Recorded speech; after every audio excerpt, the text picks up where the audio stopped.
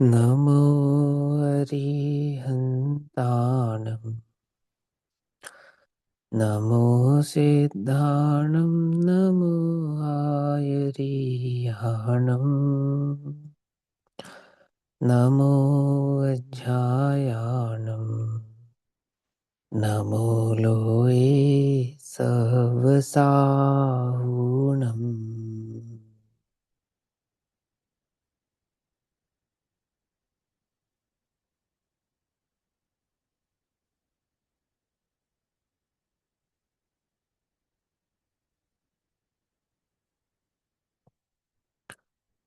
मङ्गलं भगवान् वीरो मङ्गलं गौतमोगणी मङ्गलं कुन्दकुन्दार्त्यो जैनधर्मोऽस्तु मङ्गलम्। सर्वमङ्गल्यमाङ्गल्यं सर्वकल्याणिकारकम् प्रधानां सर्वधर्माणां जैनं जयतु शासनम्।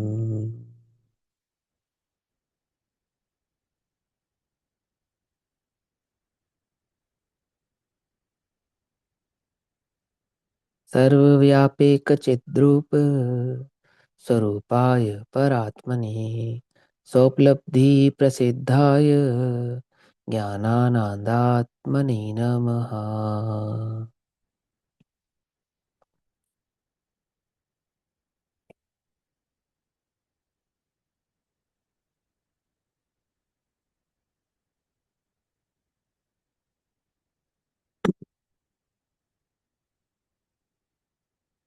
हमारे दोपहरकालीन स्वाध्याय का विषय चल रहा है श्री प्रचन सारजी परमागम।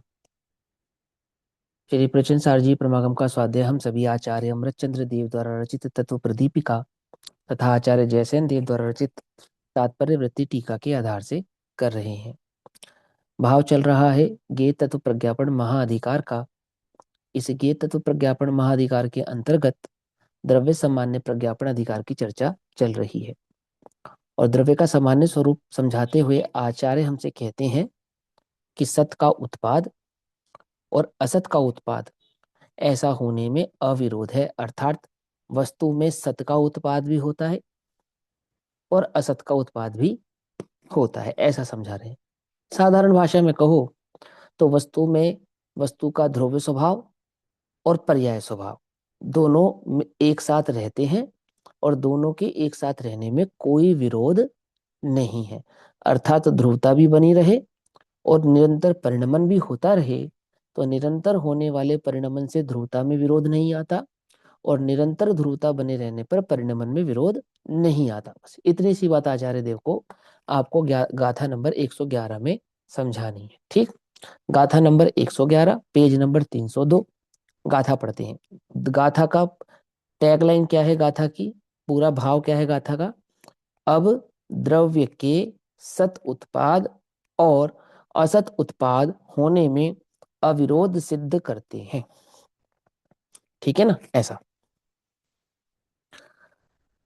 एवं विहंसहावे दवं दवत्थपज्जयथेहिं सदसंभावड सदसद्भावनिबद्धं पादुभावं सदा लभति। द्रव्यार्थिक पर्यार्थिक से निज स्वभाव में द्रव्य सदा प्राप्त करे सद्भाव रूप या असत रूप उत्पाद सदा। द्रव्य सदा प्राप्त होता है, प्राप्त होता है अर्थात निरंतर प्रेजेंट रहता है, उपस्थित रहता है। समझे ना, प्राप्त होता है। सोना जब भी प्राप्त होगा तो स्वर्णत भाव के साथ प्राप्त होगा, शक्कर जब भी प्राप्त होगी तो मिठास के साथ प्राप्त होगी। ऐसे ही द्रव्य जब भी प्राप्त होगा तो कैसे प्राप्त होगा कि वह सद्भाव रूप या असद भाव रूप उत्पाद के साथ ही प्राप्त होता है। आती है बात समझ में? ठीक, अब देखो, टीका तो हमने पढ़ी थी, टीका को फिर भी एक बार दोबारा पढ़ेंगे, लेकिन इसमें जो मूल मूल दो तीन शब्द हैं पहले उसके बारे में मैं थोड़ा सा बतला देता हूँ। एक है सद्भाव संबद्ध, शब्द है ना, सद्भाव संबद्ध और एक है असद्भाव संबद्ध। माने सद्भाव से संबंध रखने वाला और एक असद्भाव से संबंध रखने वाला द्रव्य कैसा है कि अपने ध्रुव स्वभाव से युक्त है, सद्भाव संबंध, यानी ध्रुव स्वभाव से युक्त है। और असद्भाव संबद्ध अर्थात अपने पर्याय भाव से भी युक्त है। बस इतनी सी बात समझानी है। ठीक। जिस समय पर्यायों का निरंतर परिणमन होगा उस समय वे अपने ध्रुव भाव से संबंधित रहेगा, और जिस समय अपने ध्रुव भाव से संबंधित रहेगा उस समय भी पर्यायों का निरंतर परिणमन होगा। कोई कंफ्यूजन है इसके अंदर? है ना, कि क्या कह रहे हैं कि सोना स्वर्ण भाव को छोड़े बिना कुंडल भी बनेगा, चेन भी बनेगा, बाजूबंद भी बनेगा। और चेन बनते समय बाजूबंद नहीं रहेगा, बाजूबंद बनते समय कुंडल नहीं रहेगा, और एक रहेगा एक नहीं रहेगा ऐसा असद्भाव होते समय सोना तो वह निरंतर ही रहेगा। ठीक है, आती है बात समझ में? कोई कंफ्यूजन? कुछ नहीं है। तो दो बातें आपको समझ में आनी चाहिए, सभी लोग एकदम ध्यान से समझना। गाथा बहुत सुंदर है, समझने योग्य गाथा है, और टीका पढ़ने में थोड़ी सी मुश्किल लग सकती है बट है नहीं। शब्दों का परिचय नहीं होने के कारण अपने को थोड़ा मुश्किल लग सकता है, अन्यथा वो मुश्किल नहीं है। और शब्दों के परिचय की तो ऐसी है बात, दो चार बार पढ़ो सुनो याद हो जाते हैं। ठीक है ना। सद्भाव संबद्ध अर्थात सत्भाव से संबंध रखने वाला, असद्भाव संबद्ध अर्थात असद्भाव से संबंध रखने वाला। सिंपल। वस्तु में असद्भाव क्या है? पर्याय है। अब ये ऐसा असत नहीं है जैसा गधे के सर पर सींग, ये ऐसा असत नहीं है कि असत का उत्पाद हो गया जी, जो था नहीं उसका उत्पाद हो गया, कि जो है नहीं उसका उत्पाद हो गया। तो किस अपेक्षा से? प्रादेशिक अपेक्षा से किसी नवीन द्रव्य का उत्पाद हो गया हो, ऐसा नहीं। ठीक है ना। द्रव्य तो सदा उत्पन्न ही है अर्थात प्राप्त ही है। उत्पन्न का अर्थ समझ में आना चाहिए अपने को। उत्पन्न का अर्थ देखो, ये जो सद्भाव संबद्ध और असद्भाव संबद्ध है ना, सद्भाव संबद्ध उत्पत्ति विनाश लक्षण वाला जो कहा ना, सद्भाव संबद्ध और असद्भाव संबद्ध, इसको देखो क्या क्या नाम दिया है यहाँ पर। सद्भाव संबंध ही पर्यायों के साथ और असद्भाव संबंध ही, है ना। ये सद्भाव संबंध और असद्भाव संबंध को धवला में, धवला जी में क्या नाम मिला? धवला जी में इसका नाम है उत्पाद विच्छेद। क्या नाम है इसका? उत्पाद, उत्पाद अनुच्छेद। क्या नाम है? उत्पाद अनुच्छेद। अब कोई उत्पाद अनुच्छेद ये कर्मों वाला नहीं, सद्भाव का है, ये सद्भाव। दोनों का, दोनों को मिला के सद्भाव संबद्ध और असद्भाव संबद्ध, इन दोनों को मिलाते हैं तो शब्द बनता है उत्पाद अनुच्छेद। ठीक है ना। या ऐसा भी है, देखो एक प्रयोग और बताता हूं, इसके अंदर एक प्रयोग और मिलेगा आपको, कि सद्भाव संबद्ध को अनुच्छेद, उत्पाद अनुच्छेद ऐसा कहा, और एक का अनुत्पाद अनुच्छेद, अनुत्पाद अनुच्छेद, उत्पाद अनुच्छेद और अनुत्पाद अनुच्छेद। अब आपको याद हो जाए तो ठीक है, नहीं याद हो तो कोई बात नहीं।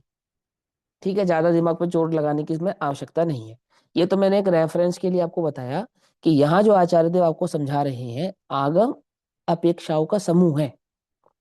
बस कहीं उसी बात को किसी अन्य शब्दों से कहा है, कहीं उसी बात को किसी अन्य शब्दों से कहा है। वाच्य वाचक संबंध आपको समझ में आना चाहिए, आगम अर्थ आपको समझ में आना है, सिंपल। ठीक। वहां उत्पाद का अर्थ क्या किया? उत्पाद का अर्थ धवला में उत्पाद का अर्थ क्या किया? यहाँ पे लिखा उत्पाद। उत्पाद तो उत्पाद माने क्या? बोले उत्पाद माने ऐसा नहीं कि उत्पन्न होना, लोक में उत्पाद का अर्थ होता है उत्पन्न होना। सद्भाव से चला आ रहा हो जो ध्रुव। हाँ हाँ, तो उसको कहते हैं सत। स आधा त पूरा त, सत। समझे नहीं? या सत्व, ऐसा उत्पाद का अर्थ धवला जी में किया। ठीक। तो अपने अपने क्या सिद्धांत ग्रंथों में उत्पाद का अर्थ है सत्य, और अनुच्छेद का अर्थ होता है विनाश। यानी कि सत्य विनाश के साथ ही रहता है और विनाश सत्य के साथ ही रहता है। बस इतनी सी बात है, इतना सा प्रयोग यहाँ पर किया जा रहा है। ठीक। तो वो कैसे किया है? बहुत सिंपल, 303 नंबर का पेज है, टीका पढ़ेंगे। इस प्रकार यथोदित यथोदित यानी कि पहले कहा जा चुका है, जैसा द्रव्य का स्वरूप हम आपको पहले बताकर आ चुके हैं। तो द्रव्य के द्रव्य गुण पर्याय का स्वरूप समझाया, अन्वय व्यतिरेकों का स्वरूप समझाया, ये सब हमको पहले समझा चुके ना। तो कहते अन्वय सो द्रव्य, व्यतिरेक सो पर्याय, और अन्वय का विशेषण सो गुण। ठीक है ना। गुणों को अन्वय भी कह सकते हैं और अन्वय का विशेषण भी कह सकते हैं भेद की अपेक्षा से। अन्वय का विशेषण सो गुण, अन्वय सो द्रव्य, व्यतिरेक सो पर्याय, ये आपको पहले समझा चुके, बता चुके। तो यही बात उन्होंने यहाँ कही है। इस प्रकार यथोदित, जैसा कि हम आपको पहले बता चुके हैं। क्या बता चुके हैं? कि सर्व प्रकार से अकलंक, अर्थात जिसमें किसी प्रकार का दोष नहीं है। अव्याप्ति, अतिव्याप्ति, असंभवपना, किसी भी प्रकार का जिसमें दोष नहीं है, अकलंक। ठीक। लक्षण वाला, ऐसे लक्षण वाला जो अनादि निधन है। कौन है अनादि निधन? कौन है अकलंक? कि अकलंक अनादि निधन वो द्रव्य है, जिस द्रव्य की हम यहाँ पर चर्चा कर रहे हैं, जिस द्रव्य के स्वरूप की हम बात यहाँ पर कर रहे हैं। मैं तो अकलंक हूं ही, समस्त द्रव्य अकलंक स्वभाव वाले हैं। मैं तो अनादि निधन हूं ही, समस्त द्रव्य अनादि निधन स्वभाव वाले हैं। अनादि निधन, यह द्रव्य सत स्वभाव में, यह द्रव्य अपने सत स्वभाव में यानी कि सत्ता स्वभाव में। अब सत्ता का स्वभाव क्या है? उत्पाद व ध्रुव, यह सत्ता का स्वभाव है। ठीक है ना। तो सत स्वभाव में अर्थात अस्तित्व स्वभाव में उत्पाद को प्राप्त होता है। अब यहाँ उत्पाद को प्राप्त होता है यानी कि अपने सत्य भैया, स्वभाव को प्राप्त होता है। हाँ। जब हमने अनादि निधन बोला कि सभी द्रव्य अनादि निधन है, तो हम क्या यहाँ पे पुद्गल की एक परमाणु को लेंगे? हाँ, और इस किसको लेंगे? कंद को नहीं उ- लेंगे ना? सब अपने स्कंद तो, अपने में है। सब हाँ, अपने स्कंद अपने में। पर्याय को कहते हैं। ठीक है। स्कंद पर्याय को कहते हैं दीदी, है ना। कोई बात नहीं। ठीक है। हाँ, सबके अपने तरीके होते हैं समझने के, सोचने के एंगल सब सबके अलग अलग होते हैं ना, इसलिए। तो स्कंद वो, स्कंद का जो परमाणु है ना, जिस परमाणु से मिलकर वो स्कंद बना है, तो परमाणु द्रव्य है, स्कंद पर्याय है।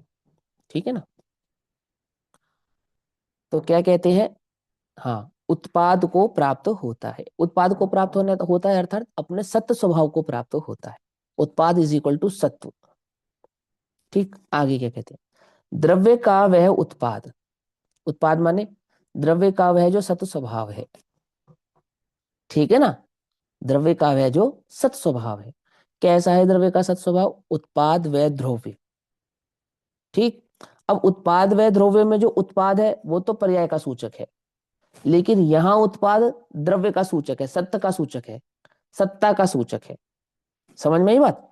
तो कहते हैं द्रव्य का वह उत्पाद द्रव्य की अभिधेयता के समय, अर्थात जिस समय हम द्रव्य का स्वरूप समझा रहे हैं, जिस समय हम द्रव्य का स्वरूप समझा रहे हैं उस समय, या समझ रहे हैं या उसका विचार कर रहे हैं, या द्रव्य को देखने का प्रयास कर रहे हैं, उस समय सद्भाव संबद्ध ही है। अर्थात उस समय वह द्रव्य कैसा है? अपने ध्रुव स्वभाव से युक्त ही है। ठीक है ना। सद्भाव संबद्ध ही है अर्थात अपने ध्रुव स्वभाव से युक्त ही है। और पर्याय की कथनी के समय असद भाव संबद्ध ही है। बस, जब हम पर्याय की बात करेंगे तो वो पर्याय द्रव्य में ही है, और जब हम ध्रुव की बात करेंगे तो वह ध्रुवता भी द्रव्य में ही है। अर्थात ध्रुव की बात करना भी द्रव्य की बात करना है, और उत्पाद व्यय की बात करना भी द्रव्य की ही बात करना है।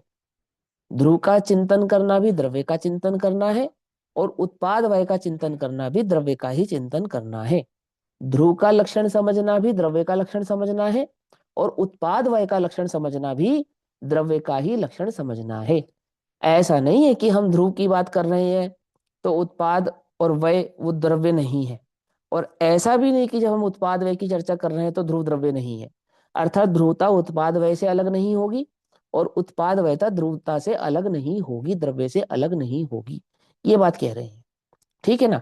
अब क्योंकि शैलियों में उसको मुख्य गुण किया जाएगा, स्वीकार अस्वीकार भी किया जाएगा, ऐसा किया जाएगा ना मुख्य गुण करने के समय में। लेकिन तुम ऐसा छल ग्रहण मत करना कि हम तुमको अस्वीकार करें और तुम बिल्कुल उसको अस्वीकार ही समझ लो। आ रही है बात समझ में? नहीं आ रही है ना।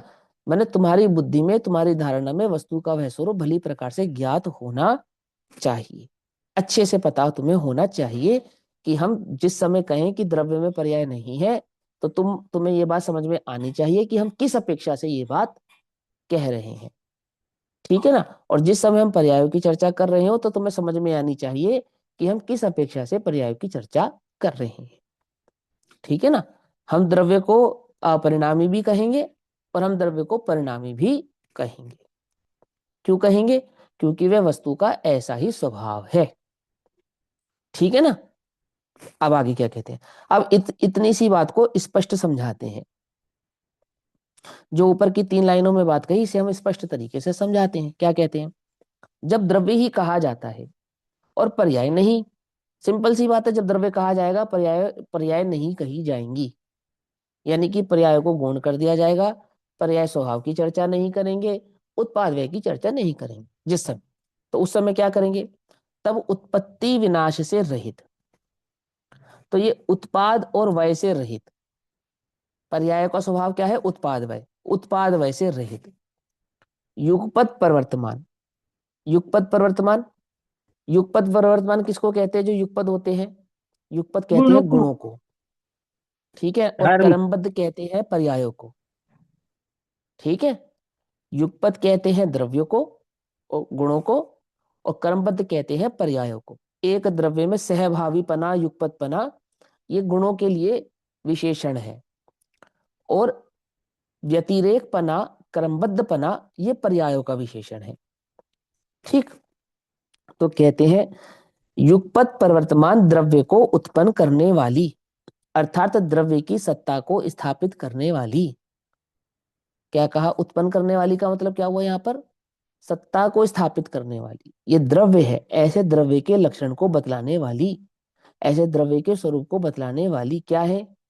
कि गुण ही शक्तियां हैं, माने वो अन्वय शक्तियां, यानी कि द्रव्य का विशेषण। समझ में आई बात? द्रव्य है, ये कौन सा द्रव्य है? जीव द्रव्य है। तो जीव द्रव्य की उत्पत्ति यानी कि उसके स्वभाव को, उसके स्वरूप को, ये कौन है, क्या है, कैसा है, ऐसा बतलाने वाला कौन है? कि वो गुण है। द्रव्य किसे कहते हैं? गुणों के समूह को कहते हैं। ठीक है ना।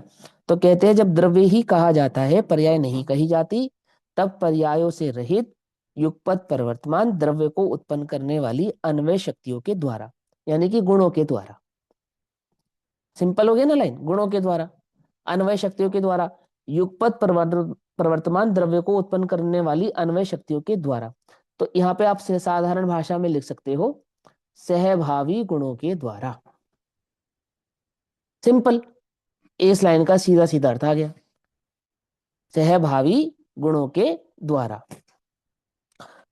फिर कोमा, अब उत्पत्ति विनाश लक्षण वाली क्रमशः प्रवर्तमान पर्यायों की उत्पादक, यानी कि पर्यायों का स्वरूप समझाने वाली।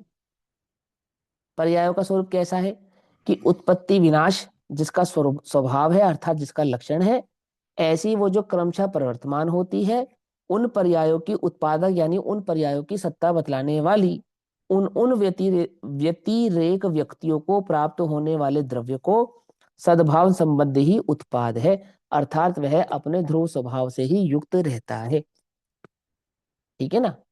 इस वाली समझ में? लाइन का अर्थ वापस बता दो। द्रव्य को उत्पन्न करने हाँ वाली अन्वय शक्तियों के द्वारा, तो यहाँ पे हमने बस पूरी लाइन का अर्थ ये ले लिया, सहभावी गुणों के द्वारा। मतलब जो हाँ द्रव्य को प्रकट करता है वो गुणों के द्वारा, ऐसे। हाँ, सहभावी गुणों के द्वारा, ऐसा। ठीक है ना। आपको कुछ और अर्थ नजर नजर आ रहा है तो बताओ मुझे। हाँ, किसी को भी? नहीं नहीं, सिंपल है एकदम। मुझे तो समझ में ही हाँ नहीं आया ना। हाँ। देखो, युगपत प्रवर्तमान का अर्थ होता है सहभावी। ठीक। और द्रव्य को उत्पन्न करने वाली अन्वय शक्तियों के द्वारा मतलब द्रव्य का विशेषण, माने विशेषण होते हैं गुण। गुण तो उन गुणों के द्वारा। ठीक। फिर या यहाँ उत्पत्ति पर विनाश मतलब, भैया ये हम्म मतलब है कि जैसे जो गुण है सहभावी, तो उन द्रव्यों को जो बताने वाला है वो विशेषण, उसके हम्म द्वारा, है ना, यही मतलब। हाँ हाँ, उसके द्वारा। ठीक है। उसी को कहा कि द्रव्य को उत्पन्न करना, हाँ, द्रव्य को उत्पन्न मानना है उसकी सत्ता को बतलाने वाला। सबको बताना, हाँ, उसका क्वालिटी इसके हाँ द्वारा। हाँ, उसकी सत्ता को बतलाने वाला, उसके स्वभाव को बतलाने वाला, उसके सत स्वरूप का दर्शन कराने वाला, ऐसा।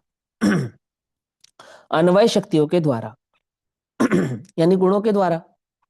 आगे, अब उत्पत्ति विनाश लक्षण वाली जो क्रमशः प्रवर्तमान है ऐसी पर्यायों की उत्पादक, यानी जो ऐसी पर्यायों की सत्ता बतलाई जाती है या ऐसी पर्यायों की सत्ता का स्वरूप बतलाने वाला है। लक्षण कौन सा?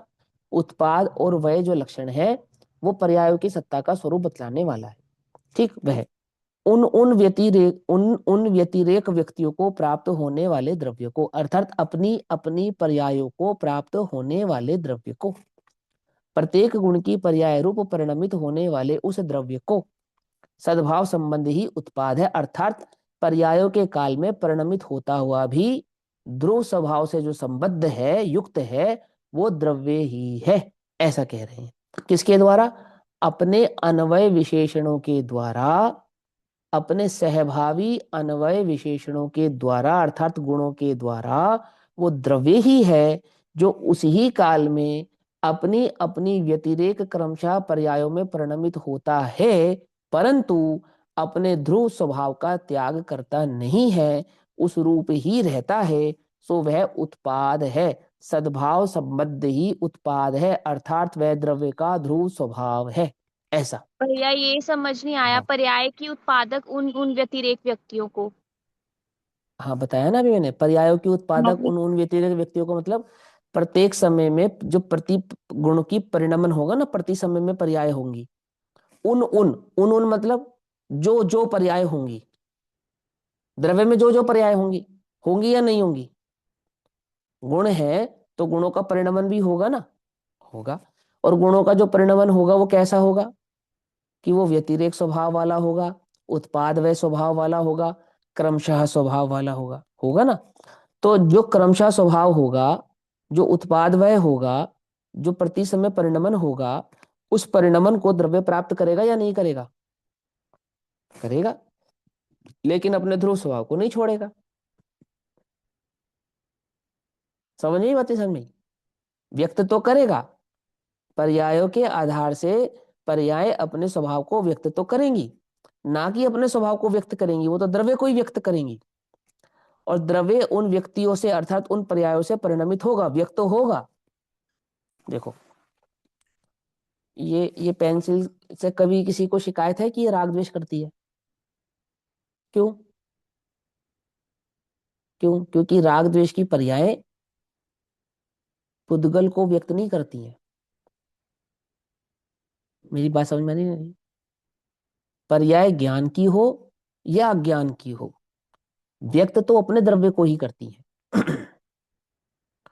पर्याय स्वाभाविक हो चाहे व्यवहारिक हो, व्यक्त तो अपने द्रव्य को ही करती है। स्पर्श रस आदि जो गुण है, इनकी जो व्यक्ति है वो पुद्गल द्रव्य की ही सूचना देगी। क्या कहा? समझ में? बात नहीं समझ में? कोई कहे कि मुझे आत्मानुभूति के काल में सफेद सफेद दिखाई दिया, तो आप झट क्या कह दोगे? कि वो आत्म दर्शन नहीं, वो तो पुद्गल दर्शन है। कि पुद्गल तो परमाणु को कहते हैं, सफेद सफेद को कहते ही नहीं। कि भैया जो सफेद सफेद पर्याय है वो पुद्गल की सूचना देती है, सिंपल। पकड़ में आई बात? नहीं पकड़ में आई?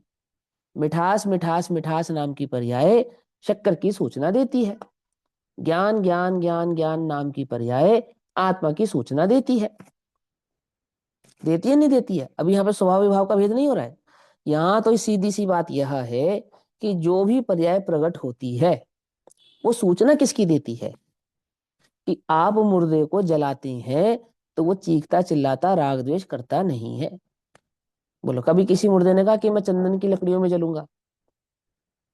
है कि मुझे ये गैस वाले उसमें मत डालना, ये हल्की सस्ती लकड़ियों में मत जलाना, या मुझे दफनाना नहीं, या मेरे साथ क्या करना? कोई नहीं कहता। मुर्दा नहीं कहेगा। क्यों? क्योंकि वो उसका लक्षण ही नहीं है। वो राग और द्वेष करे, चंदन से आम से राग द्वेष करे, वो पुद्गल का लक्षण नहीं है। पकड़ में ही बात? नहीं पकड़ में? आ रही है ना समझ में? तो जो जो पर्याय प्रकट होती है वो पर्याय प्रकट होकर सूचना किसकी देती है? द्रव्य की देती है। तो यहाँ पे देखो क्या लिखा कि द्रव्य को उत्पन्न की, क्या लिखा? पर्यायों की उत्पादक अर्थात पर्यायों की सत्ता बतलाने वाली। पर्यायों की उत्पादक यानी पर्यायों की सत्ता बतलाने वाली।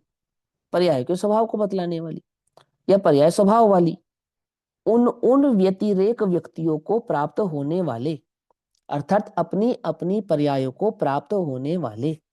व्यतिरेक व्यक्तियों का मतलब क्या हुआ? व्यतिरेक नाम पर्यायों का है, लेकिन कौन सी पर्यायों को प्राप्त होगा द्रव्य? जो प्रकट होंगी, यानी कि व्यक्तियां।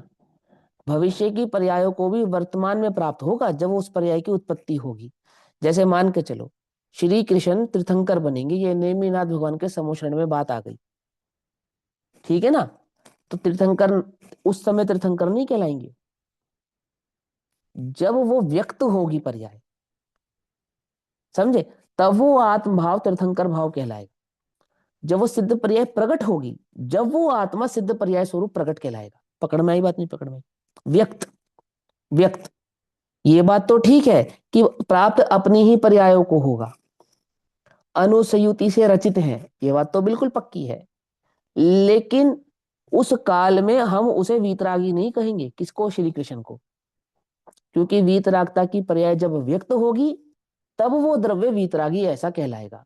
क्योंकि अभी वर्तमान में राग की पर्याय व्यक्त है, तो ये रागी है ऐसा कहलाएगा। पकड़ में ही बात? समझ में ही बात? अभी मैं संसारी हूं ऐसा क्यों कहलाऊंगा? क्योंकि जो व्यक्त पर्याय हैं वो संसार दशा को प्रकट कर रही हैं। किसकी?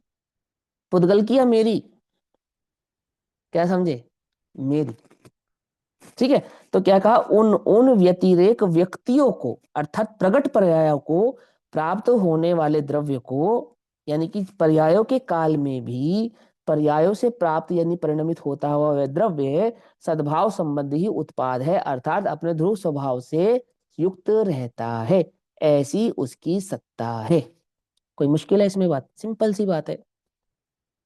ठीक, अब आगे चलते हैं। अब आगे कहते हैं जैसे स्वर्ण, स्वर्ण की भांति।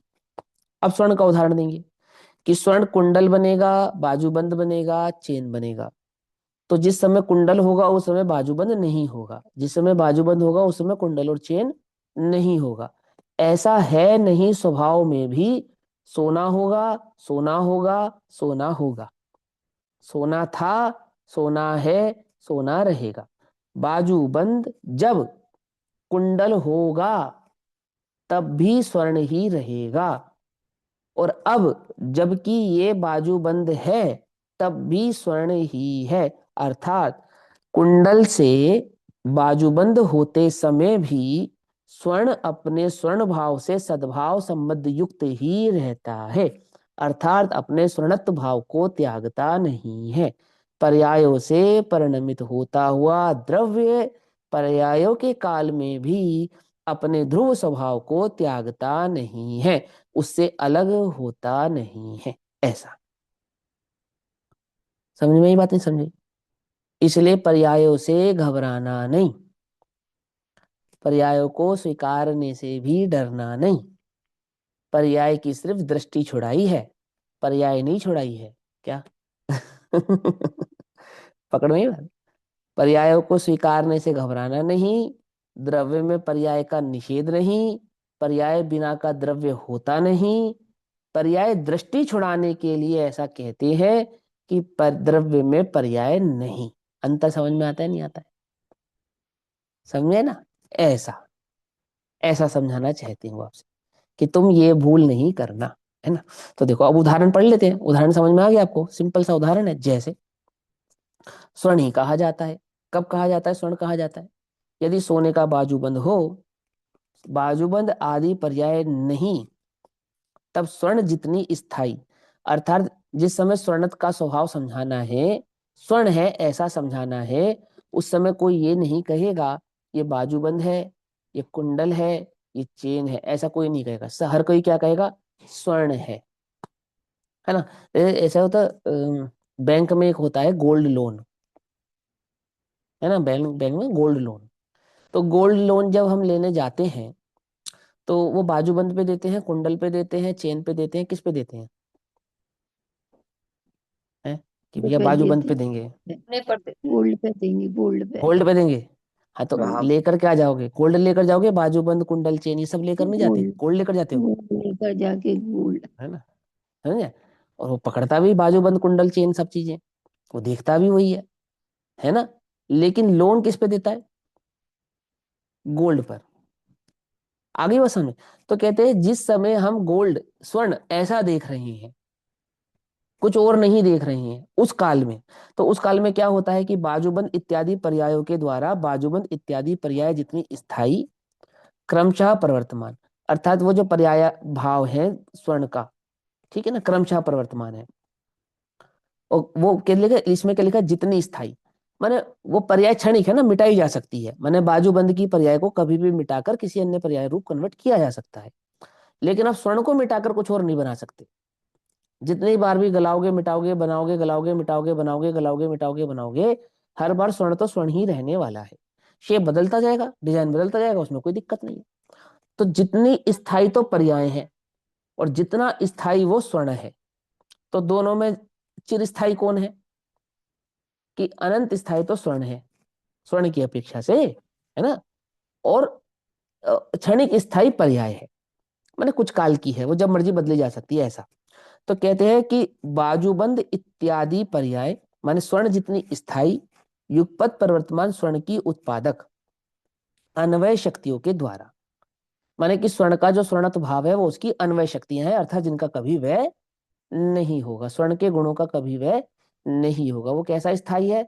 कि वो अनादि निरंतर स्थायी है, ध्रुव स्थायी है।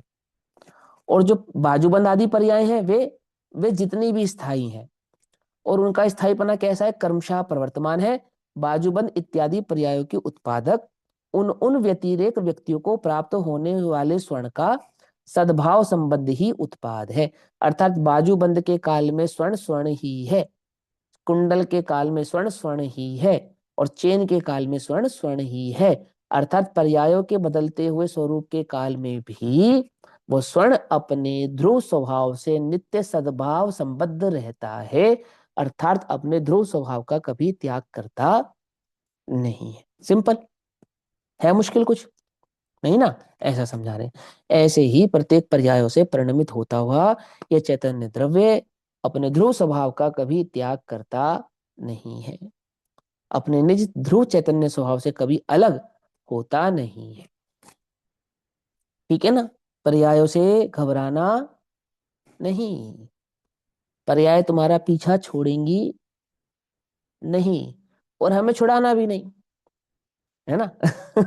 समझे ना, क्योंकि मेरी ध्रुवता में उन परिणमन स्वभाव से कोई अंतर पड़ता नहीं है, ऐसा। ठीक है ना। तो समझ में आ रही बात? नहीं समझ में आ रही? वो क्या समझाना चाहते हैं कि जैसे बदलते हुए स्वर्ण में स्वर्णत्व भाव की धारणा होने पर आपको स्वर्ण कुछ घट गया या बढ़ गया ऐसा दुख उत्पन्न नहीं होता है, ऐसे बदलते इस परिणमन के काल में अपने निज ध्रुव चैतन्य की दृष्टि होने पर कुछ बनता बिगड़ता हो ऐसा विकल्प करने की आवश्यकता नहीं है। ठीक है ना, ध्रुव तो निरंतर ध्रुव स्वभाव से ही संबद्ध रहता है, ऐसा। आगे और जब पर्याय ही कही जाती हैं, जब पर्यायों का स्वरूप कहा जाता है तो ठीक इसका विपरीत हो गया, है ना। पहले सिद्धांत समझाएंगे फिर उदाहरण दे देंगे। तो सिद्धांत कहते हैं कि जब पर्याय कही जाती है और द्रव्य नहीं कहा जाता है, तब द्रव्य में पर्याय की मुख्यता से चर्चा की जाती है, पर्याय अर्थिक नहीं की चर्चा होती है। तब उत्पत्ति विनाश जिसका लक्षण है, उत्पाद वह जिसका लक्षण है, किसका लक्षण है? ऐसी वो पर्याय, और वो पर्याय कैसी है? क्रमशः है, क्रमशः प्रवर्तमान मूल्य होने वाली है, और पर्यायों को उत्पन्न करने वाली उन उन व्यतिरेक व्यक्तियों के द्वारा, मतलब प्रत्येक समय की अपने पर्यायों के द्वारा उत्पत्ति विनाश रहित। उत्पत्ति विनाश रहित कौन है? वो अन्वय गुण युक्त द्रव्य, ठीक है ना। उत्पत्ति विनाश रहित युगपत प्रवर्तमान द्रव्य की उत्पादक अन्वय शक्तियों को प्राप्त होने वाले द्रव्य को असद्भाव संबद्ध ही उत्पाद है। अर्थात जब जिस समय पर्यायों की चर्चा की जाती है उस समय द्रव्य अपने पर्याय स्वभाव से संबद्ध है, युक्त है, ऐसा ही कहा जाएगा।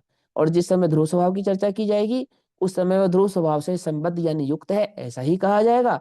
लेकिन ध्रुव स्वभाव से संबद्ध युक्त होता हुआ भी पर्याय स्वभाव को छोड़ता नहीं, और पर्याय स्वभाव की चर्चा करते समय भी अपने ध्रुव स्वभाव से संबद्ध उसकी युक्तता को छोड़ता नहीं। इतनी सी बात कही, ठीक है ना।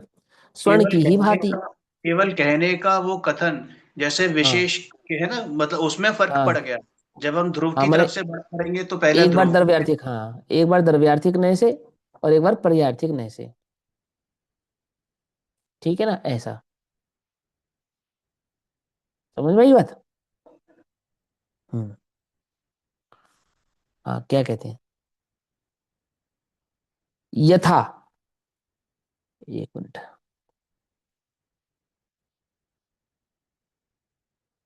यथा जब बाजूबंद पर्याय ही कही जाती है, यथा माने वैसे ही, वैसे ही है ना, जैसा भी आपको हमने ध्रुव स्वभाव के संबंध में समझाया है, ऐसे ही पर्याय स्वभाव के संबंध में समझ लो।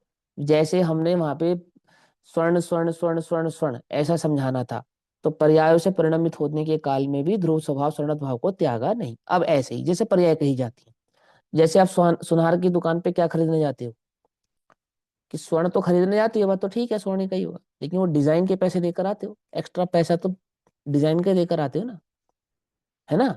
हाँ, तो कहते हैं जब बाजूबंद पर्याय ही कही जाती हैं, देखी जाती हैं, समझी जाती हैं, बतलाई जाती हैं, तब मैंने जब द्रव्य को पर्याय की अपेक्षा से कहा जाएगा, देखा जाएगा, समझा जाएगा, तब स्वर्ण नहीं है, तब तो मात्र डिजाइन पे दृष्टि जाएगी, है ना। कोई ये थोड़ी कहेगा अरे यार क्या फर्क पड़ता है, ये भी सोने का ये भी सोने का, ऐसे नहीं देखते आप, ये सुंदर लग रहा है ये कम सुंदर लग रहा है, ऐसा देखते हैं आप, है ना, ऐसा। तब बाजूबंद इत्यादि पर्याय जितनी टिकने वाली क्रमशः प्रवर्तमान बाजूबंद इत्यादि पर्यायों के उत्पादक उन उन व्यतिरेक व्यक्तियों के द्वारा स्वर्ण जितनी टिकने वाली युगपत प्रवर्तमान स्वर्ण की उत्पादक अन्वय शक्तियों को प्राप्त स्वर्ण के असद्भाव युक्त ही उत्पाद है। उत्पाद है माने सत्ता है, किसकी सत्ता है, स्वर्ण की अपनी पर्यायों के साथ सत्ता है, उत्पत्ति विनाश के साथ सत्ता है, कैसा होता हुआ, ध्रुव रहता हुआ, और ध्रुव रहता हुआ पर्यायों के साथ सत्ता है, पर्याय में रहता हुआ ध्रुव के साथ सत्ता है, बस इतनी सी बात कही।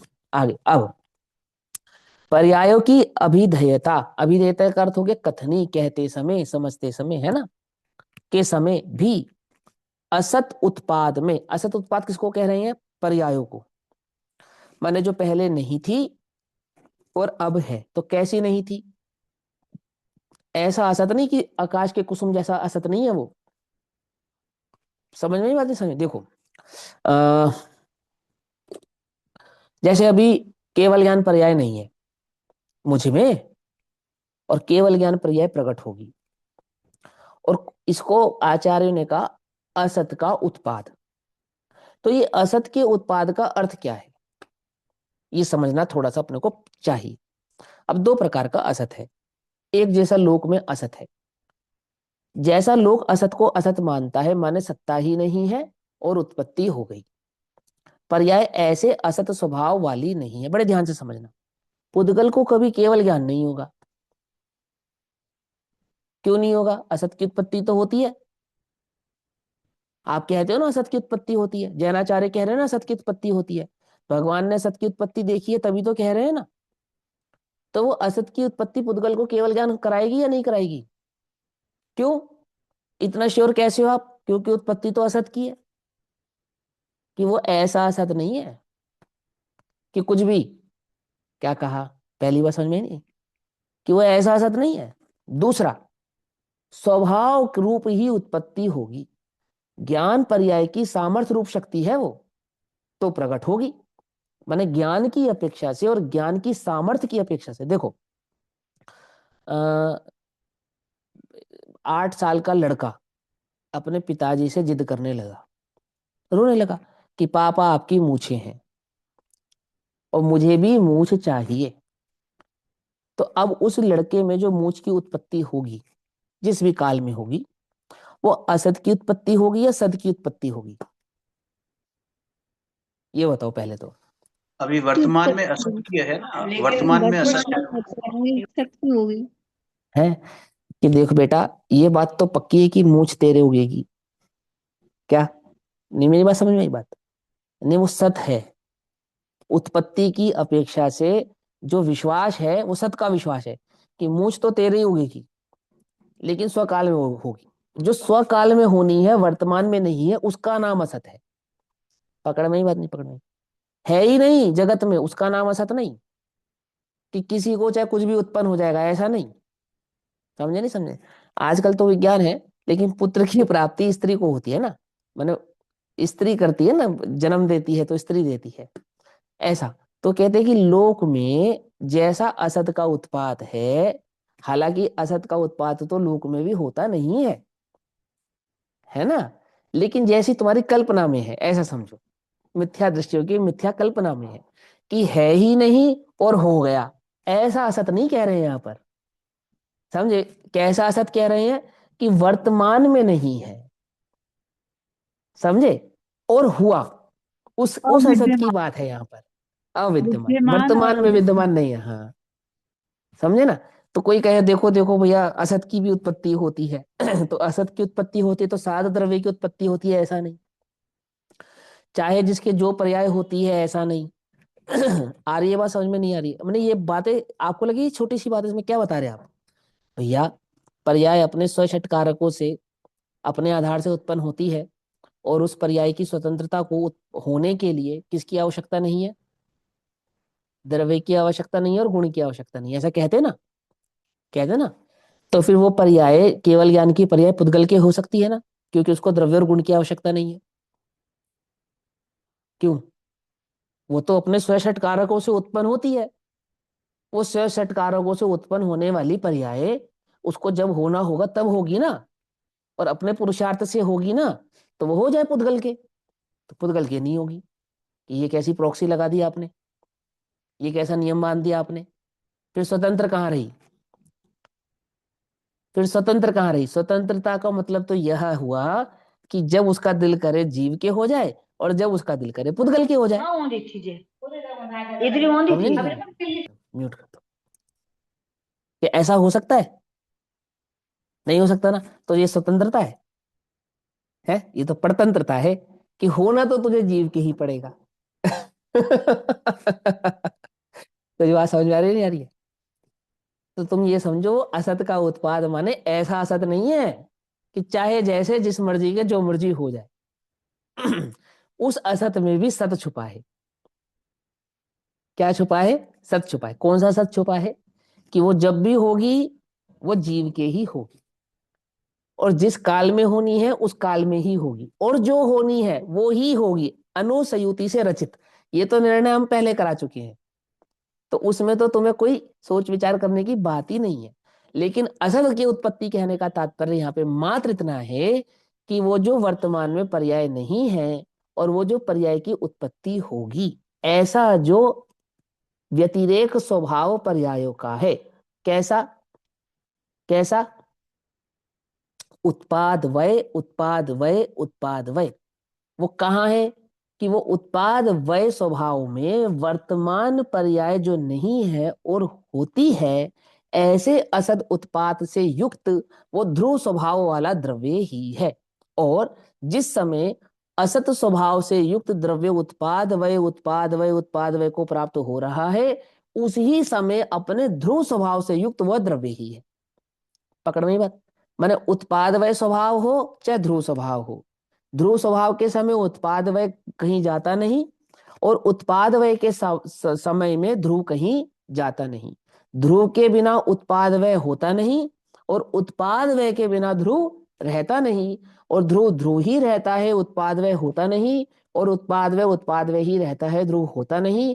ऐसा होने में उस द्रव्य में कोई विरोध नहीं है। पकड़ में ही बात?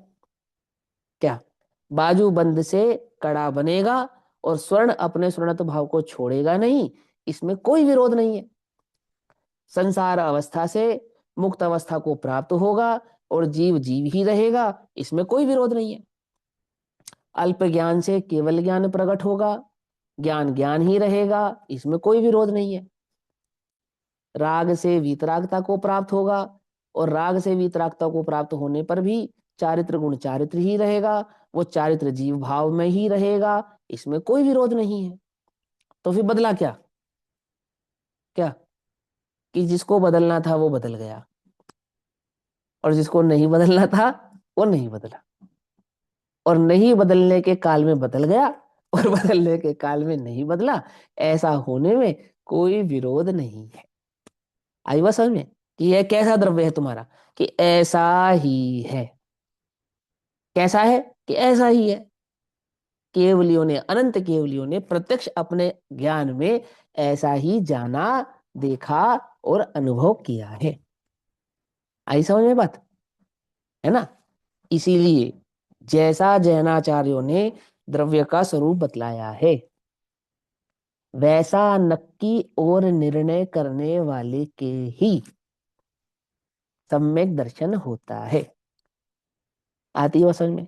याद है ना, कल रात को बताया था ना? सोगानी जी ने कहा है ना, हाँ सोगानी जी ने कहा ना, पर्याय को आना है तो आए, मैं तो ये बैठा। हाँ, सोगानी जी। पर्याय तो, हाँ वो तो जो बात है वो तो अलग बात है ना, वो तो स्वतंत्रता की और पर्याय की होने की बात की अपेक्षा से कही है। यहाँ तो हम ये कह, सच्चे यहाँ तो देशात बात कुछ गुरु हो की रही है। श्रद्धान है, सच्चे हाँ नहीं, देशात गुरु। सच्चे देश गुरु का श्रद्धान मात्र नहीं, ये कि द्रव्य गुण पर्याय के वास्तविक स्वरूप को समझे बिना नहीं होगा। ये यहाँ पे तो मूल बात ये कह रहे हैं कि जैसा जैन दर्शन में द्रव्य गुण पर्याय का स्वरूप कहा है, क्यों? क्योंकि वो वस्तु का स्वरूप ऐसा ही है, ऐसा, है ना? धवला की 212 नंबर की गाथा बताई थी ना रात को मैंने आपको, धवला जी में छप्पंच नव विहणो विहाणम, है ना? छप्पंच नव विहाणम अथाणम जिणवरो वैठाणम आणाय अहिगमेण वह सद्दहणम होई सम्मतम। उसके सम्यक दर्शन होता है। किसके सम्यक दर्शन होता है? कि आणाए आज्ञा से, अहिगमेण या अधिगमन से, और श्रद्धाणम यानी कि जो श्रद्धा करता है। किसकी श्रद्धा करता है? जिणवर जिणवरई ठाणम अर्थात जिनेन्द्र भगवान के द्वारा कहे गए। क्या कहे गए? छह पंच नव विहाणम अत्थाणम, अर्थात छह द्रव्य, पांच अस्तिकाएं और नौ पदार्थ का स्वरूप जैसा जिनेन्द्र भगवान ने कहा है, ऐसे उस स्वरूप की जो श्रद्धा करता है उसके सम्यक दर्शन होता है। सिंपल, ठीक है ना? और इसको आचार्य उमा स्वाति क्या कहते हैं? तत्वात श्रद्धानम सम्यक दर्शनम। और आचार्य कुंद कुंदेव ने इसको क्या कहा? जो जानदी अरहंतम द्रवत गुणत पज्जयते ही, द्रव्य गुण और पर्याय से, ठीक है ना? और आचार्य जयसेन देव इस अधिकार का नाम क्या रखते हैं? सम्यक दर्शन का अधिकार। क्यों? क्योंकि इसमें द्रव्य गुण पर्याय के वास्तविक और विस्तृत स्वरूप का ज्ञान कराया जा रहा है। कैसे वास्तविक और विस्तृत? जैसा केवली ने कहा है वैसे वास्तविक और विस्तृत। पकड़ में ही बात, समझे? ऐसा देखो अब क्या कहते हैं, आत्मा के श्रद्धान के से ही होता है, घबराना नहीं, आत्मानुभूति से ही होता है, पर वो आत्मा का श्रद्धान और आत्मा की अनुभूति इसके बिना नहीं होती है। ये ठीक है ना? अब देखो क्या कहते हैं, अब पर्यायों की अभिधेयता, अर्थात जब पर्यायों का स्वरूप समझाया जाता है, यह कहा जाता है, उस समय भी असत उत्पाद में, अब पकड़ में ही ना, असत कैसा कह रहे हैं? वर्तमान में नहीं है ऐसा असत, बस असत उत्पाद में पर्यायों को उत्पन्न करने वाली वे व्यतिरेक व्यक्तियां युगपद, युगपद माने अनंत गुणों की एक साथ होगी, तो क्रमशः प्रत्येक पर्याय एक गुण की एक काल में एक होगी, दो नहीं होगी। लेकिन उस एक द्रव्य में गुण कितने हैं? अनंत। तो वो अनंत की पर्यायें एक साथ परिणमित होंगी, एक साथ, ठीक है ना? और उन एक साथ परिणमित होती पर्यायों से ही द्रव्य परिणमित हुआ, ऐसा, ठीक? तो क्या कहेंगे? व्यतिरेक व्यक्तियों युगपद प्रवृत्ति प्राप्त करके, क्या करके? युगपद प्रवृत्ति प्राप्त करके, है तो वो क्रमशः होने वाली, और युगपद प्रवृत्ति को प्राप्त होती है। कैसे प्राप्त हो जाती है? क्योंकि जो युगपद गुण है, यानी जो सहभावी गुण है, वो सहभावी गुण सभी एक साथ परिणमित होते हैं, तो वो अनंत पर्याय भी एक साथ परिणमित होती है, यानी समस्त गुणों की पर्याय एक साथ करके अन्वय शक्तित्व को प्राप्त होती हुई पर्याय को द्रव्य करता है। पकड़ में बात? अर्थात उन गुणों की पर्याय का करने वाला वह द्रव्य ही है, अर्थात द्रव्य नहीं परिणमता, पर्याय नहीं परिणमती, द्रव्य ही परिणमता है। उन पर्यायों के साथ द्रव्य का ही परिणमन होता है। मुक्ति पर्याय को नहीं प्राप्त होती, मुक्ति द्रव्य को ही प्राप्त होती है, ऐसा कह रहे हैं। संसार अवस्था पर्याय को प्राप्त नहीं होती, संसार अवस्था इस जीव द्रव्य को ही प्राप्त हो रही है। वो जीव ही है, वो जीव द्रव्य ही है जो 4 गति 84 लाख योनियों में परिभ्रमण करके दुखी हो रहा है। कि नहीं भैया द्रव्य तो एक कोने में बैठा है, वो तो पर्याय का परिणमन हो रहा है। ऐसा नहीं, अपनी अपनी पर्याय को प्राप्त होने वाला वो द्रव्य ही है। आ रही है बात समझ में? ऐसा पर्यायों की विवक्षा के समय भी व्यतिरेक व्यक्तियां अन्वय शक्ति रूप बनती हुई पर्यायों को द्रव्य रूप करती हैं। अर्थात मैंने वो पर्याय गुण की परिणमन है ना, तो गुण रूप ही गुण के परिणमन से उस गुण की प्रसिद्धि अर्थात वह द्रव्य की प्रसिद्धि ही करती हैं, द्रव्य में ही रहती है। ऐसा जैसे बाजूबंद आदि पर्यायों को उत्पन्न करने वाली वे व्यतिरेक व्यक्तियां युगपत प्रवृत्ति प्राप्त करके अन्वय शक्तियों को प्राप्त करती हुई बाजूबंद इत्यादि पर्यायों को स्वर्ण रूप करती है। पर सिंपल सी बात है, वो बाजूबंद की पर्याय किसकी पर्याय है? बाजूबंद की है या स्वर्ण की है? सीधी सी बात, सोने का बाजूबंद बनाया तो बाजूबंद बाजूबंद का है या सोने का है? सोने का है। ऐसा भी कहेंगे बाजूबंद बाजूबंद का है अध्यात्म दृष्टि में जब जाएंगे, लेकिन वो बाजूबंद है किसका? क्या स्वर्ण के बिना बाजूबंद हो सकता था? नहीं हो सकता था। अर्थात वो स्वर्ण ही बाजूबंद हुआ है। ऐसा वो जीव ही 4 गति 84 लाख योनि रूप परिणमित होता हुआ दुखी हुआ है। ऐसा है ना? समझ में आ रही बात? यदि तुम्हें दुखी नहीं होना है तो क्या करो? जल्दी से जल्दी अपना कार्य कर लो, क्योंकि तुम इस धोखे में मत रहना कि मैं तो अनंत सुखी ही हूं और पर्याय दुखी होती है। दुखी कौन होता है? मैं होता हूं या पर्याय होती है? कि सोना तो सोना रहता है, पर्याय बाजू बंद हो जाती है। तो एक काम करो, बाजू बंदी खरीद ला, सोना मत खरीद के लाना। सोना सोना तो आप रख लो भैया, आप तो मैं खाली बाजू बंद दे दो। ऐसा नहीं होगा। बाजू बंद वो किसी आधार के बिना बाजू बंद टिकेगा नहीं। बाजू बंद रूप पर्याय है, वो द्रव्य के बिना नहीं होगी। घड़ा मिट्टी का ही बनेगा, ये बात और है कि मिट्टी घड़ा नहीं है, पर घड़े रूप परिणमित मिट्टी ही होगी। पकड़ में आई बात? नहीं पकड़ में? ऐसा द्रव्य की अभिधेयता के समय भी, अर्थात जिस समय हम द्रव्य की चर्चा करते हैं उसका स्वरूप समझते हैं, उस समय भी सत उत्पाद में द्रव्य की उत्पादक, सत उत्पाद में यानी कि द्रव्य की सत्य सत्ता का स्वभाव समझाने वाली, द्रव्य सत्ता का स्वभाव समझाने वाली में द्रव्य की उत्पादक अन्वय शक्तियां क्रम प्रवृत्ति को प्राप्त करके उस व्यतिरेक व्यक्ति को प्राप्त होती हुई द्रव्य को पर्याय रूप करती है। जैसे स्वर्ण की उत्पादक अन्वय शक्तियां क्रम प्रवृत्ति रूप प्राप्त करके उस व्यक्ति व्यतिरेक व्यक्तित्व को प्राप्त होती हुई स्वर्ण को बाजूबंद पर्याय मात्र रूप करती है। बहुत सिंपल सी बात है, माने वो पर्याय बाजूबंद स्वर्ण ही है और स्वर्ण बाजूबंद ही है। ऐसे संसार अवस्था जीव की है और जीव ही संसार अवस्था रूप परिणमित हुआ है। 4 गति 84 लाख योनियां की जो पर्याय है या सुख दुख की जो पर्याय है वो किसकी है? मिथ्या दृष्टि कौन है? कि जीव है, और जीव ही मिथ्या दृष्टि हुआ। सिंपल सी बात है, अशुद्ध निश्चय है ना, पर्याय से युक्त करता हुआ वो उसको। तो सम्यक दृष्टि कौन है? कि जीव है। कि नहीं नहीं, सम्यक दृष्टि तो पर्याय है और जीव तो बस जीव है। ऐसा नहीं, ऐसा नहीं। हाँ हम ऐसा कहेंगे, लेकिन ऐसा नहीं। हम भी कहेंगे, घबराना नहीं, कि सम्यक दर्शन तो सम्यक दर्शन है और जीव तो जीव है। हम भी ऐसे ही कहेंगे। सम्यक दर्शन जीव में प्रवेश नहीं करता और जीव सम्यक दर्शन में प्रवेश नहीं करता। हम भी बोलेंगे, घबराना नहीं तुम, लेकिन ऐसा नहीं। सम्यक दृष्टि जीव ही हुआ है, मिथ्या दृष्टि जीव ही है। ऐसा ठीक है ना? ऐसा समझा रहे हैं। पर्याय मात्र करती है, इसलिए द्रव्यार्थिक कथन से सतुत्पाद है यानी कि ध्रुव स्वभाव है, और पर्यायार्थिक कथन से असत उत्पाद है अर्थात उत्पाद वह स्वभाव है। ऐसा यह बात अनवद्य निर्दोष निर्बाध है, अर्थात इसमें कोई दोष नहीं है, इसमें किसी प्रकार का कोई छल ग्रहण करने वाली बात नहीं है, किसी प्रकार का कोई कलंक इसमें नहीं है, निष्कलंक है। ऐसा भावार्थ। अभी 2 मिनट है, भावार्थ पढ़ लेते, ठीक है?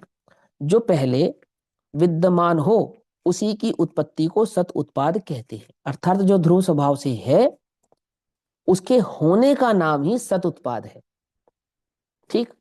और जो पहले विद्यमान ना हो उसकी उत्पत्ति को असत उत्पाद कहते हैं, अर्थात जो विद्यमान नहीं है उसके हो जाने का नाम असत उत्पाद है। ठीक? जब पर्यायों को गौण करके द्रव्य की मुख्यता का कथन किया जाता है तब जो विद्यमान था वही उत्पन्न होता है। अर्थात निरंतर द्रव्य ही था तो वर्तमान में भी द्रव्य ही है, प्रत्येक पर्याय के काल में द्रव्य द्रव्य द्रव्य ही रहने वाला है, ऐसा। क्योंकि द्रव्य तो तीनों काल में विद्यमान है, इसलिए द्रव्यार्थिक नय से तो द्रव्य को सत उत्पाद है, अर्थात निरंतर ध्रुवपना है। और जब द्रव्य को गौण करके पर्यायों की मुख्यता से कथन किया जाता है तब तो जो विद्यमान नहीं था, क्या विद्यमान नहीं था कि वर्तमान में पर्याय विद्यमान नहीं थी। कौन सी? जैसे मिथ्यात्व की अवस्था है, सम्यक विद्यमान नहीं है, तो मिथ्यात्व का अभाव होने पर सम्यक की उत्पत्ति को क्या कहेंगे? क्या कहेंगे? असत का उत्पाद। ठीक है, क्या कहेंगे? असत का उत्पाद। तो असत का उत्पाद कहेंगे किसको? वर्तमान में नहीं है उसको। तो क्या कहा? तो जो विद्यमान नहीं था वह उत्पन्न होता है क्योंकि वर्तमान पर्याय भूतकाल में विद्यमान नहीं थी। ठीक है ना? माने अभी जब मिथ्यात्व का अभाव हुआ और सम्यक्ता आया, तो जिस समय सम्यक्त्व आया वो पहले नहीं था, पहले मिथ्यात्व था, अब वो आया, तो जो नया आया उसको कहा पर्याय की अपेक्षा से। ये तो स्थूल कथन है, सम्यक्त और मिथ्यात्व। तो सूक्ष्म कथन तो प्रति समय की जो पर्याय है, सम्यक्त के बाद जो सम्यक्त की पर्याय आएगी वो भी क्या कहलाएगी? असत का उत्पाद। फिर सम्यक्त की पर्याय आएगी वो क्या कहलाएगी? असत का उत्पाद। जैसे केवल ज्ञान प्रकट होने के पश्चात फिर एक समय बाद केवल ज्ञान की पर्याय उत्पन्न होगी, वो क्या कहलाएगी? असत का उत्पाद। कि नहीं दी, पहले भी केवल ज्ञान था अब भी केवल ज्ञान है, कि असत का उत्पाद कहलाएगी। घबराओ नहीं, जैसा कह रहे हैं वैसा सीख लो। ठीक है, ठीक है, समझ गई बात? मतलब पर्याय के प्रति समय के परिणमन का नाम असत का उत्पाद है, ऐसा है। ठीक, किसी क्रिया विशेष की बात नहीं है यहाँ पे, होने ना होने की बात नहीं है यहाँ पे। इसको आगमार्थ कहते हैं। क्या कहते हैं इसको? आगमार्थ। ठीक, क्योंकि वर्तमान पर्याय भूतकाल में विद्यमान नहीं थी, इसलिए पर्यायार्थिक नय से द्रव्य के असत उत्पाद है, ऐसा कहा जाता है। यहां यह लक्ष्य में रखना चाहिए कि द्रव्य और पर्याय भिन्न भिन्न वस्तुएं नहीं हैं, उन्हें भिन्न भिन्न किया भी नहीं जा सकता और वे कभी भिन्न भिन्न होती भी नहीं है। क्या होता उनमें? सिर्फ विधि निषेध, मुख्य गुण, ऐसा होता है। ठीक है, इसलिए पर्यायों की विवक्षा के समय भी असत उत्पाद में जो पर्याय हैं वे द्रव्य ही है, और द्रव्य की विवक्षा के समय भी असत उत्पाद में जो द्रव्य है वो पर्याय ही है। द्रव्य पर्याय ही है और सत पर्याय द्रव्य ही है। समझे? ऐसा इस वस्तु का स्वरूप अपने को समझ में आना चाहिए। अब इस 111 नंबर की गाथा पर आचार्य जयसेन देव टीका करते हैं, और जब आचार्य जयसेन देव टीका करते हैं तो ये हो जाती है 121 नंबर की गाथा। तो 121 नंबर की इस गाथा, जो कि वास्तव में 111 नंबर की गाथा है ना, तात्पर्य टीका की अपेक्षा से 121, इसकी चर्चा हम कल करेंगे, अभी समय हो गया। तब तक के लिए सभी को जय जिनेन्द्र। ओम नमः सिद्धेभ्यः।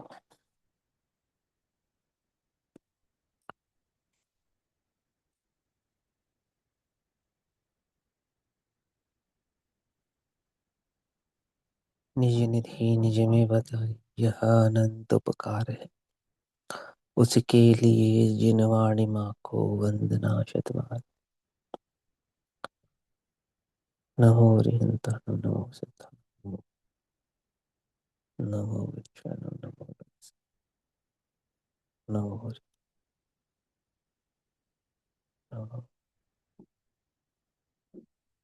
नमो जी।